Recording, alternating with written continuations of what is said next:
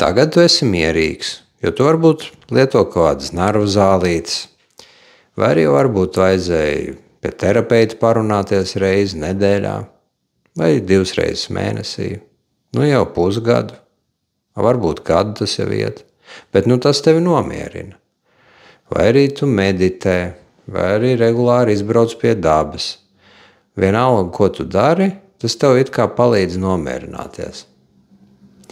Bet šeit jau kaut kas tur iekšā zina, ka īstenībā tu esi bumba ar laika degli, kas burtiski gaida, lai uzsprāgtu. Un tas ir tikai laika jautājums, pirms tu atkal uzklieksi bērniem, uzklieksi sievai, sastrīdēsies ar kolēģiem, un būs kaut kāda starpgadījuma uz ielas, veikalā, satiksmē. Un pašam pēc tam pat bail paliek, uz ko tu esi spējīgs tādos brīžos, ka tu nekontrolē savas emocijas. Redzi, tad, kad mēs ejam pie terapeita un runājam par savām emocijām, piemēram, runāt par viņām ir viens, bet izjust viņas ir pavisam kaut kas cits. Un tev ir iemācīts, ka izjust to niknumu, tās dusmas, tas ir kaut kas slikts. Un tādējādi viņš tiek apspiests. Un tā saucamais tas dusmu menedžments, tas jau nav nekas cits kā apspiešana. Kaut kādā veidā apspiež tās dusmas, to niknumu, un viņš tur iekšā rūkst, un viņš tur ir, un gaida, lai izlaustos. Bet kā būtu, ja tā vietā, lai viņu mēģinātu apspiest un menedžēt, tu no viņa mācītos? Redzi, mums vīriešiem tā uguns iekšā, viņai jāspēj izmantot un integrēt veselīgā veidā. Tā vietā, lai ļautu viņai iznīcināt tavu dzīvi, viņa ir tavs draugs un sabiedrotais. Un tā tas ir paredzēts.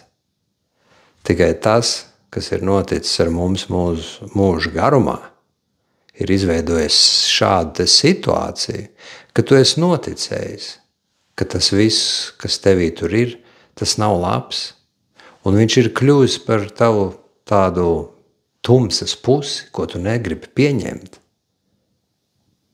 Bet jo tu vairāk viņu nepieņem, jo vairāk ir pretdarbība, un tu to jūti, tu to burtiski jūti.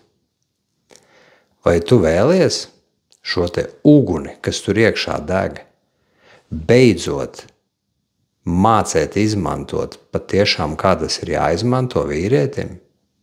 Veselīgā veidā. Mācēt novilkt robežas veselīgi, bez niknuma, bet ar tādu veselīgu spēku, vai arī pastāvēt par sevīm un sev mīļajiem un tuvajiem. Vai tu esi to gatavs izdarīt?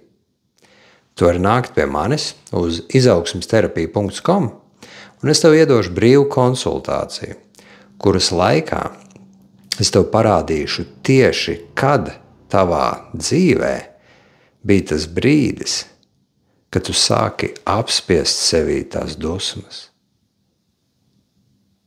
Un tad varēs notikt dziedināšana, varēs notikt šis brīnums, un tu varēsi integrēt šīs te veselīgās dusmas sevī atpakaļ un kļūt patiešām īsts spēcīgs vīrietis, kas var izmantot šīs te dusmas pareizi. Nāc uz izaugsmesterapija.com, piesakies uz brīvo konsultāciju, un es tev visu parādīšu